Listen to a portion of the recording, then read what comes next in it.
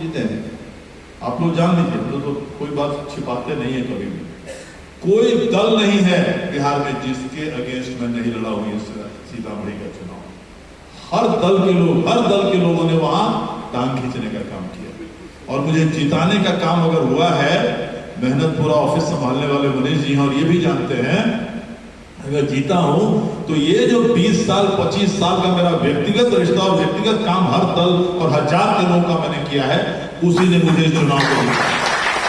हकीकत यही, नहीं तो वहां आरजेडी तो मेरे सामने था, जेडीयू मेरे साथ था कि मेरे पीछे था, हमको ख्याल नहीं आ रहा।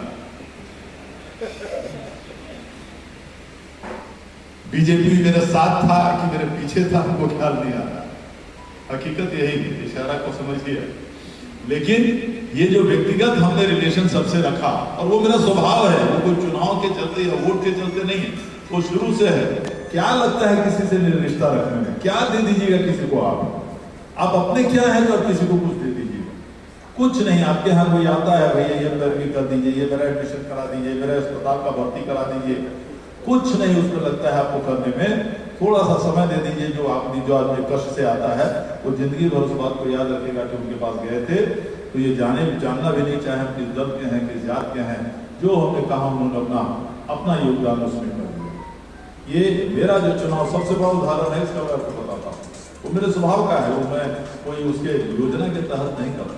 हमको आज तक आपको कोई नहीं बोल सकता है, और वहाँ हर बात बोला लोगों ने कि साहब आपको तो हमने सुना कि उसने भी वोट दिया, आपको उसने भी वोट दिया, बल्कि हमको तो कम वोट अगर मिला तो सबसे ज्यादा काम आपने देखा भी होगा। मेरे स्टेटमेंट को भी देखा होगा योजना की, ठीक है। तो आज वो जो बाकी वोटर मेरे खिलाफ था कोई हर्जा नहीं, लेकिन हमने उन लोगों के लिए भी पूरा 20 साल से इतना काम किया था कि स्वाभाविक रूप से हमको भी उम्मीद थी कि चलिए 21% सही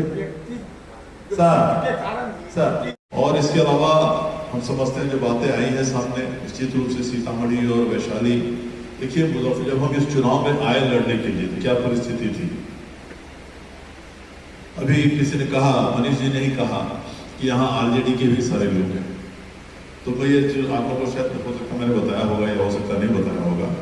जब मैं पहली बार लड़ना चाह रहा था, आदरणीय लालू जी का राज था, 2002 की बात थी, और मैं उनके पास गया। मेरे उनसे बहुत अच्छे रिश्ते थे उस समय भी, आज भी मेरे उनसे व्यक्तिगत बहुत अच्छे रिश्ते हैं। तो मैं उनके पास गया और मैंने कहा कि सर हम ऐसे ऐसे चुनाव लड़ना चाह रहे हैं। कहते हैं अभी कहाँ चुनाव होगा, को मुझे लड़े चलकर।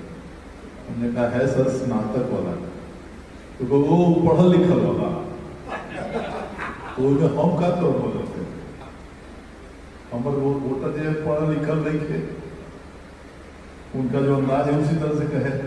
हम कहे सर हम जानते हैं उसमें आपके वोटर्स कम हैं, लेकिन आप दूसरी तरह से प्रशासन को भी प्रभावित कर सकते हैं और करते रहते हैं, इसमें वो काम मत कीजिएगा। इतना ही आपसे हम निवेदन करने आए, जा वो हम को कुछ नहीं करो, एकदम निश्चित।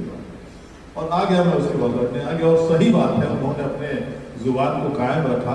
कभी किसी प्रशासन, क्योंकि उनके सहयोगी दल कांग्रेस के उम्मीदवार थे जिनके सामने मेरा लड़ाई थी, वो कह सकते थे कभी, उनके जमाने का आप जानते ही हैं सब कुछ, किसी प्रशासन को कह सकते थे वोटर को फेंक दो बाहर, इतना कागज है, कह सकते थे देखना भाई वहां पर मत वोट देने देना, होता था पहले ऐसा। लेकिन उन्होंने एकदम, बल्कि मुझे पता चला कि जिस दिन काउंटिंग था तो उनके एक सहयोगी थे जो मेरे मित्र थे, दिल्ली में ही वो लोग बैठे हुए थे, वो हमको शाम को फोन करके कह रहे भाई आप जीत गए, लालू जी इतने चिंतित थे, देखा रहो देवेश जीतत की ना, देखा रहो देवेश जीतत की ना। तो व्यक्तिगत रिश्ते जो है, जो जिसके तहत आज हम लोग यहाँ बैठे हैं, और जो मनीष जी ने चिंता बताई, जो हमारे बारे में बताई, हम चिंतित रहते हैं अपने मतदाताओं के काम के। हमने एक चीज देखा है अभिषेक जी, आप भी इस बात को अगर सीख ले तो अच्छी बात है, कि मन को, दिल को हमेशा साफ रखें। जिसका काम आप कर सकते हैं